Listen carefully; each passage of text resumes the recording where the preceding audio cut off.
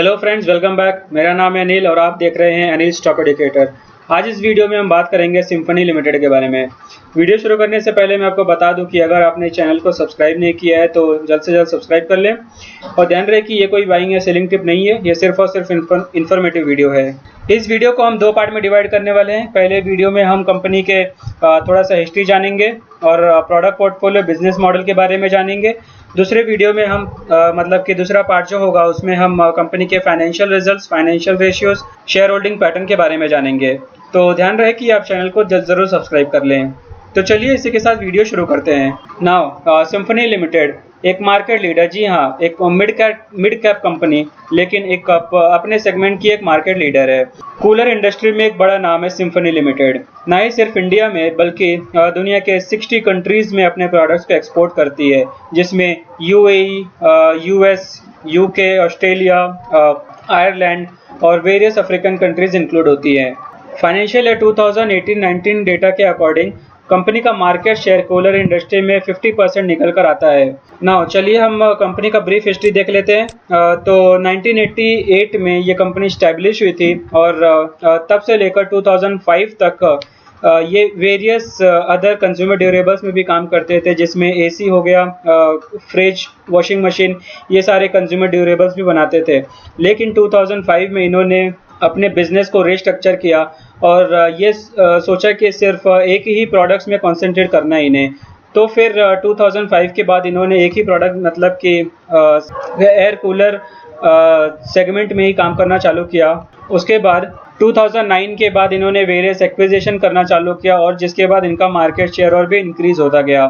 तो आप देख सकते हैं कि 2009 में इन्होंने मेक्सिको की एक कंपनी को एक्वायर किया जिसका नाम था इम्पको। ये कंपनी इंडस्ट्रियल कूलर में काम करती थी। मैं आपको बता दूं कि हम सबको ज़्यादातर रेसिडेंशियल एयर कूलर्स के बारे में पता होता है, लेकिन रेसिडेंशियल एयर कूलर्स के अलावा इंडस्ट्रियल और कमर्शियल एयर कूलर्स भी होते हैं।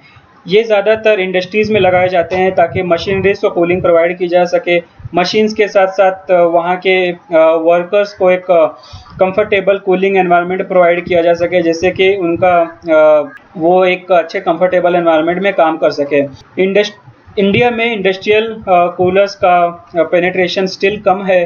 ज़्यादातर जो हब्स होते हैं, जो इंडस्ट्रियल हब्स होते हैं, मैन्युफैक्चरिंग हब्स होते हैं, जैसे कि चाइना हो गया, वहाँ पर हमें दिखाई देता है कि इंडस्ट्रियल कूलर्स का पेनिट्रेशन ज़्यादा है, लेकिन वहीं पर इंडस्ट्री में इंडिया में इसका पेनिट्रेशन अभी भी कम है। तो जैसा कि मैंने आपको बताया कि इन्होंने 2009 में इम्पको एक मेक्सिकन कंपनी को एक्वायर किया, जिसके बाद कंपनी का प्रेजेंस रेसिडेंशियल एयर कूलर्स से बढ़कर इंडस्ट्रियल एयर कूलर्स में हो गया। तो कंपनी का प्रोडक्ट पोर्टफोलियो भी यहाँ पर बढ़ गया। इंडस्ट्रियल एयर कूलर्स में एंट्री करने के बाद इन्होंने चाइना की अगेन एक लीडिंग कंपनी को एक्वायर किया जिसका नाम था GSK। तो आप इस कंपनी का पूरा नाम देख सकते हैं कि गुआंगडोंग सिम्फनी कैरोलाई एयर कूलर्स लिमिटेड। तो ये कंपनी का पूरा नाम हो गया। तो इसे 2016 में एक्वायर किया। मैं आपको बता दूं कि एक्विजिशन के समय GSK जो चाइनीज सब्सिडरी है वो एक लॉस मेकिंग कंपनी थी और उसके पास 50+ पेटेंट्स थे इन इंडस्ट्रियल एयर कूलर्स। तो इस एक्विजिशन के बाद कंपनी का प्रेजेंस इंडस्ट्रियल एयर कूलर्स में और भी ज़्यादा स्ट्रांग हो गया। हालांकि मैंने आपको बताया कि 2015 में ये लॉस मेकिंग कंपनी थी, 17 करोड़ का लॉस दिखाया था, लेकिन कंपनी ने सिम्फनी लिमिटेड ने अच्छी तरीके से काम किया और 2019 तक ब्रेक इवन ला दिया, मतलब कि लॉस मेकिंग से प्रॉफिट मेकिंग कंपनी में कन्वर्ट कर दिया। हालांकि इसमें एक 2020 में एक ट्विस्ट आया जिसे मैं आपको बताऊंगा थोड़ी देर में। इस एक्विजिशन के बाद कंपनी ने 2017 में वर्ल्ड का first wall mounted air cooler launch किया और फिर उसके बाद 2018 में एक और कंपनी का एक्वायर किया जो कि एक ऑस्ट्रेलिया की लीडिंग कंपनी थी जिसका नाम था climate technologies. Climate technologies Australia की एक लीडर कंपनी थी एयर कूलर इंडस्ट्री में, जो कि बोनेर और सेलर जैसे ब्रांड्स को, मैं आपको बता दूं यहाँ पर कि बोनेर और सेलर जैसे ब्रांड्स को ये ओन करते हैं और एयर कूलर्स के साथ साथ ये एयर हीटर्स भी बनाते थे। तो इस तरीके से सिम्फनी लिमिटेड एयर कूलर्स के साथ साथ एयर हीटर्स में भी एंट्री हो गए। तो यहाँ पर रिस्क को भी इन्होंने मैनेज किया एक प्रोडक्ट से बढ़कर जो कि एयर कूलर था उसके साथ साथ एयर हीटर्स को भी इन्होंने एक्वायर करके अपना प्रोडक्ट पोर्टफोलियो इम्प्रूव किया और एक्सपांड किया। क्लाइमेट टेक्नोलॉजीज की एक सब्सिडियरी कंपनी थी जिसका नाम था बोनेर यूएसए, जिसे हम BUSA भी कहते हैं। तो इस एक्विजिशन के बाद सिम्फनी लिमिटेड की एक स्टेप डाउन सब्सिडियरी बन गई जिसे हम BUSA भी कहते हैं। ये एयर कूलर्स बनाती थी USA क्लाइंट्स के लिए और USA कस्टमर्स के लिए। मैं आपको बता दूं कि ये जो ब्रांड्स थे बोनेर और सेलर, ये मल्टी डेकेड ब्रांड्स थे। तो ऑस्ट्रेलिया में इन ब्रांड्स का बहुत ही बड़ा नाम है और डेकेड ओल्ड ब्रांड्स हैं ये। तो इन सारे एक्विजिशंस के बाद हम बोल सकते हैं कि कंपनी के पास 5 मैन्युफैक्चरिंग फैसिलिटीज़ हैं वर्ल्ड वाइड, इंक्लूडिंग इंडिया। मैं आपके सामने लिस्ट डाउन कर देता हूँ। तो इंडिया, चाइना, ऑस्ट्रेलिया की एक स्टेप डाउन सब्सिडियरी जो कि USA में है। तो USA में एक मैन्युफैक्चरिंग फैसिलिटी और एक मैक्सिकन मैन्युफैक्चरिंग फैसिलिटी जो कि इम्को थी। तो टोटल 5 मैन्युफैक्चरिंग फैसिलिटीज़ हैं वर्ल्ड वाइड जो कि हेल्प करते हैं टोटल 60 कंट्रीज़ को कैटर करने में। तो जैसा कि मैंने आपको बताया था कि 60 कंट्रीज़ को ये अपने प्रोडक्ट्स एक्सपोर्ट करते हैं। नाउ इन सब एक्विजिशंस का फ़ायदा क्या हुआ, क्या बेनिफिट हुआ? तो द आंसर इज़ कि कंपनी पहले एक ही प्रोडक्ट में थी जैसे कि एयर कूलर्स, जबकि इंडस्ट्रियल एयर कूलर्स और कमर्शियल एयर कूलर्स एक इमर्जिंग सेगमेंट है। तो इन सब कंपनीज को एक्वायर करके कंपनी रेजिडेंशियल के साथ साथ इंडस्ट्रियल एयर कूलर्स में भी अपना कदम रखी। तो कंपनी का प्रोडक्ट पोर्टफोलियो एक्सपांड हो गया और फ्यूचर के लिए रेडी हो गई सिम्फनी लिमिटेड। इसके साथ ही साथ क्लाइमेट टेक्नोलॉजीज जो कि ऑस्ट्रेलिया की लीडिंग कंपनी थी और मैक्सिकन कंपनी और चाइनीज़ कंपनी को एक्वायर करके जो कि लीडिंग कंपनीज थे, इन कंपनीज को एक्वायर करके कंपनी का स्ट्रेंथ मार्केट में इंक्रीज हो गया और ग्लोबली एक लीडिंग कंपनी बन गई एयर कूलर्स में। ना ये सारे एक्विजिशंस 2019 तक अच्छे से परफॉर्म कर रहे थे। यहाँ आप देख सकते हैं कि इम्को ने तो जिसे 2009 में एक्वायर किया गया था, इसने रेवेन्यू वाइज 200 टाइम्स रिटर्न कमाकर दे दिया है। मतलब एक्विजिशन का जो कॉस्ट था उससे 200 गुना रेवेन्यू कमाकर दे दिया और एक्विजिशंस का 30 टाइम्स प्रॉफिट कमाकर दे दिया। और इसके साथ ही साथ 2017 में इन्होंने एयर हीटर्स में भी काम करना चालू किया।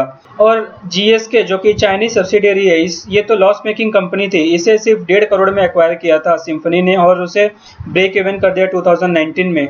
लेकिन जो भी वर्ल्ड सिनेरियो चल रहा है इस समय, जो कि US चाइना ट्रेड वॉर चल रहा है, कोरोना वायरस चल रहा है, इसका हमें मेजर इम्पैक्ट दिखाई दिया है इन 2 सब्सिडियरीज पर।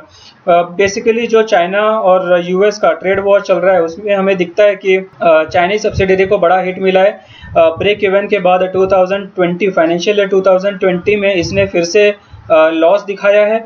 वहीं पर जो मैक्सिकन सब्सिडियरी है वहाँ पर ये हुआ है कि मेक्सिको की जो करेंसी है जिसे हम पीसो कहते हैं, वो डीवैल्यू हो गई है। मतलब कि उसका वैल्यूएशन कम हो गया है और उस वजह से जो भी मेक्सिको की कंपनी जो रॉ मटेरियल और फिनिश गुड्स जो इंडिया से इंपोर्ट करती थी मेक्सिको में, उसके लिए कॉस्ट बढ़ गया है कंपनी का और उस वजह से प्रॉफिटेबिलिटी कम हो गई है। तो इस वजह से हमें दिखाई देता है कि जो इम्को है उसकी प्रॉफिटेबिलिटी कम हुई है और वहीं पर चाइनीज सब्सिडियरी तो अगेन लॉस मेकिंग हो गई है in financial year 2020। Now stand alone basis पर हमें कंपनी डेट फ्री दिखाई देती है क्योंकि कंपनी के पास कोई भी कर्ज नहीं है। लेकिन जैसा कि मैंने आपको बताया कि 2018 में क्लाइमेट टेक्नोलॉजीज को एक्वायर किया था कंपनी ने, तो वो उस समय एक प्रॉफिटेबल कंपनी थी क्लाइमेट टेक्नोलॉजीज। प्रॉफिटेबल होने के साथ साथ वो एक मार्केट लीडर थी ऑस्ट्रेलिया में, तो उसे कंपनी ने महंगे में खरीदा था। मतलब कि जैसे जो चाइनीज सब्सिडियरी थी उसे सिर्फ 1.5 करोड़ में खरीद लिया था क्योंकि वो एक लॉस मेकिंग कंपनी थी। लेकिन ऑस्ट्रेलियन सब्सिडियरी को एक्वायर करने के लिए कंपनी ने ज़्यादा पैसे दिए थे, अराउंड 203 करोड़ रुपए देकर एक्वायर किया था। तो उस समय कंपनी ने 187 करोड़ का कर्ज लिया था। तो इसलिए हम देख सकते हैं कि कंसोलिडेटेड बेसिस पर कंपनी के पास 187 करोड़ का कर्ज है। ओवरऑल हम कंपनी के लिए देखें तो 2020 अच्छा गया है। यहाँ पर कुछ मार्जिन्स मैंने लिख कर रखे हैं, हालांकि फाइनेंशियल रिजल्ट्स को हम पार्ट 2 के वीडियो में डिस्कस करेंगे। आप मार्जिन्स देख सकते हैं कि स्टैंडअलोन बेसिस पर अच्छा रहा है 32% और 2019 से ये इम्प्रूव हुआ है।